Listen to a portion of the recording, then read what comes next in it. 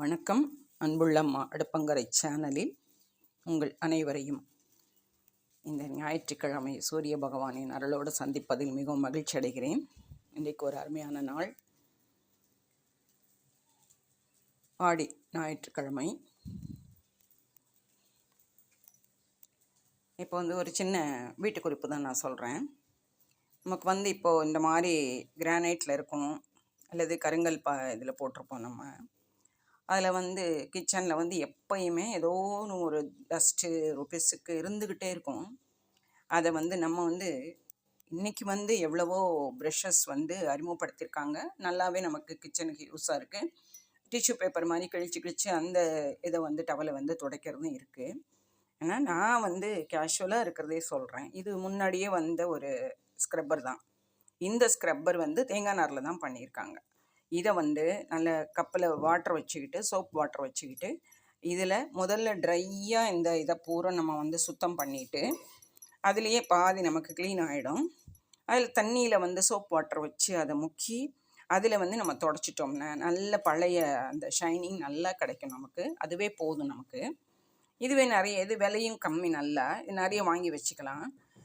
Kitchen திண்ணையை துடைக்கிறதுக்கு ஒன்று, அடுப்பு துடைக்கிறதுக்கு ஒன்று தனியாக வச்சுக்கிட்டு, அது சோப் வாட்டரில் லைட்டாக கொஞ்சமாக சோப் போட்டு, ரொம்ப கொட்டிடக்கூடாது, கொஞ்சமாக சோப் போட்டு, கொஞ்சம் ஃப்ராக்ரன்ஸ் எதானு வேணும்னாலும் நீங்கள் கம்ஃபர்ட் மாதிரி ஒரு சொட்டு ஊற்றிட்டு அதை நல்லா தொடச்சிட்டிங்கன்னா நமக்கு கிச்சனில் ஒர்க் பண்ணுறப்போ தேவையில்லாத ஒரு டிஸ்டர்பன்ஸ், இந்த வாடை ஒரு மாதிரி எதானு கொட்டி கிடக்கு, அது அதெல்லாம் தொந்தரவு இல்லாமல் நல்லா க்ளீனாக நம்ம திண்ணையை நம்ம ஃப்ரெஷ்ஷாக வச்சுக்கலாம். கிச்சன் திண்ணையை உங்களுக்கு இது ஒரு யூஸ்ஃபுல்லான டிப்ஸாக இருக்கும்னு நினைக்கிறேன். இது தனித்தனியாக அதுக்கு பயன்படுத்திக்கணும். அடுப்பு துடைக்க ஒன்று, மேடையை துடைக்க ஒன்று, அந்த மாதிரி தனித்தனியாக நீங்கள் வச்சுக்கிட்டிங்கன்னா ஃப்ரெஷ்ஷாக இருக்கும். அப்பப்போ அலசி அது காய வச்சிடணும், ஈரப்பதம் இல்லாமல்.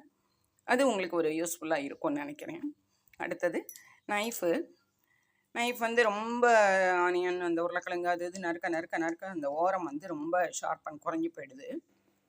அதுக்கு இந்த மாதிரி ஒரு ஷார்ப்பன் பண்ணுறதுக்கு ஆன்லைனில் ஏதோ ப்ராடக்ட் எல்லாம் வந்திருக்கு. அதை விட கூட இந்த கம்பியை மாத்திரம் நம்ம வச்சு அதனுடைய டஸ்ட்டு அந்த இது ஒரு 2 நாளைக்கு ஒரு தடவை, ஒரு நாளைக்கு ஒரு தடவை அதை டெய்லி இதுலேயே நம்ம ஷார்ப்பன் பண்ணிட்டோம்னா அந்த எட்ஜெல்லாம் நல்லா ஷார்ப்பன் ஆகிடும். திருப்பி மறுநாள் நம்ம காய்கறிகளுக்கு நறுக்கிறப்போ நல்லா ஷார்ப்பாக வெட்டும். இதுவே கம்பி தான். அந்த கம்பியை வச்சு நல்லா இந்த ஓரம் பூரா நல்லா நம்ம தொடச்சி நல்லா கரக்கரன்னு அப்படி தேய்ச்சோம்னாலே அந்த எட்ஜு நல்லா ஷார்ப்பன் ஆகிடும். அதில் இருக்கிற பெசுக்கு அந்த இது எல்லாமே போயிடும். என்ன பாருங்கள், சோப் தண்ணி வச்சுருக்கேன். அது அந்த சோப் தண்ணியோட நல்லா அந்த மேடையை இது பண்ணுறப்ப நான் ஒரு 10 days ஊருக்கு போயிட்டு இப்போ தான் ஒரு நாள் ஆகுது அதனால் இந்த டஸ்ட்டு பூரா அந்த திண்ணையில் அவ்வளோ இருக்குது. அதை கைக்கும் பாதகம் அல்ல, தேங்காய் நார் மாதிரி இந்த நார் வச்சே நீங்கள் நல்லா சுத்தம் பண்ணிட்டீங்கன்னா அழுக்கு பாருங்கள் எவ்வளோ வருதுன்னு. சும்மா வெறும் தூசி தான் உழங்கிட்டே இருக்கிறது. அந்த இது இப்படி பண்ணிட்டோம்னா நல்ல பழைய பாலிஷ் நமக்கு கிடைச்சிரும். கருங்கல் பாலிஷுங்கிறது நம்ம கொஞ்சம் நல்லா தேய்ச்சி சுத்தமாக வச்சுக்கிட்டாலே நமக்கு நல்லா க்ளீனாக கிடைக்கும். தேய்க்க நல்லா அந்த அழுக்கு பூரம் அதில் வந்துடுது. பரவாயில்ல, கூட 2 ப்ரெஷ்ஷு இது பயன்படுத்தினா கூட ஒன்றும் தப்பில்லை. விலை கம்மி தான். உங்களுக்கு 5 ரூபா 10 ரூபா தான் ஸ்க்ரப்பரு. அது தேங்காய் நார்னால் நல்ல வேலை பார்க்கும். ஸோ இது உங்களுக்கு நல்ல யூஸ்ஃபுல்லாக இருக்கும். இந்த டிப்ஸு நிறைய செலவு பண்ண வேண்டியதில்லை. எக்கனாமிக்கலாக போனாலே நமக்கு நிறைய பல விதத்தில் நம்ம இருக்கிற சாமானையே நம்ம புழங்கி நம்ம கொண்டு போகலாம். எல்லாமே காசு போட்டு புதுசாக தான் வாங்கணுங்கிறது இல்லை. இருக்கிற பொருளை வச்சே நம்ம மலிவாக கிடைக்கிற அந்த மாதிரி பொருளை வச்சே நம்ம எல்லாத்துக்குமே நம்ம பயன்படுத்திக்கலாம். என்னுடைய பாலிசி அந்த மாதிரி. உங்களுக்கு எது பிடிக்குதோ அந்த மாதிரி நீங்கள் செஞ்சுக்கோங்க. இது உண்மையிலேயே உங்களுக்கு ஒரு யூஸ்ஃபுல்லாக இருக்கும்னு நினைக்கிறேன். எவ்வளோ டஸ்ட்டு வருது பாருங்கள். ஸோ துடைக்க நல்ல பளபளன்னு ஆகிடும். இந்த தேங்காய் நார் ப்ரெஷ்ஷே நல்லா கேட்கும் நமக்கு. நான் எப்பயுமே எண்ணெய் பெசுக்கு எது இருந்தாலும், பால் டிகாஷன் எது சிந்தி இருந்தாலும் அழகாக அதில் வந்துடும். நீங்கள் கொஞ்சம் கம்ஃபர்ட் சேர்த்துக்கிட்டிங்கன்னா இல்லை வாசனை சூப்பராக இருக்கும். அவ்வளோ டஸ்ட்டு வருது பாருங்கள். ஆனியன்லேருந்து உருளைக்கிழங்கு எல்லா வெஜிடபிள்ஸும் நம்ம வந்து அந்த கத்தியோட இதில் ஓரத்தில் வந்து நம்ம கட் பண்ணுறப்போ நமக்கு அந்த ஷார்ப்னஸ் கிடைக்கும். ஈவன் லெமன் கூட நம்ம நறுக்கிறப்ப சில சமயம் வந்து ரொம்ப போட்டு தேய்க்க வேண்டியதாக இருக்கும். அதுக்கு இந்த மாதிரி இந்த கம்பியை வச்சு நல்லா ஷார்பன் பண்ணிக்கிட்டு அப்புறமா நீங்கள் பண்ணினீங்கன்னா நல்லா நறுக்கிறதுக்கு ஈஸியாக வரும். அதே மாதிரி தோசை கரண்டி, நிறைய தோசையை எடுத்து எடுத்து எடுத்து எடுத்து அந்த எட்ஜு பூராமே உங்களுக்கு இதுவாக இருக்கும், அந்த மழுங்கி போயிருக்கும், ஒரு மாதிரி நமக்கு வந்து செய்கிறப்போ கரெக்டாக வராமல் இருக்கும். ஸோ அதுக்கும் இந்த கம்பி மாத்திரம் பயன்படுத்தி அந்த எட்ஜஸை பூரா நல்லா ஷார்பன் பண்ணிக்கிட்டிங்கன்னா தோசை எடுக்கிறப்போ நல்லா. அதே மாதிரி தோசை கல்லில் வந்து முதல்ல வாக்கிறதுக்கு முன்னாடி கல்லுப்பை போட்டு நல்லா பிரட்டி விட்றணும். கல் சூடாக இருந்தாலும் சரி சாதாரணமாக இருந்தாலும் சரி அதில் வந்து கல்லுப்பை போட்டு நல்லா அதை வந்து பிரட்டி விட்டுட்டு அப்புறமா நீங்கள் வந்து அந்த தோசை திருப்பியில் யூஸ் பண்ணிங்கன்னா தோசை ஈஸியாக எடுக்க வரும். இது ஒரு உதவிகரமான ஒரு யூஸ்ஃபுல்லான ஒரு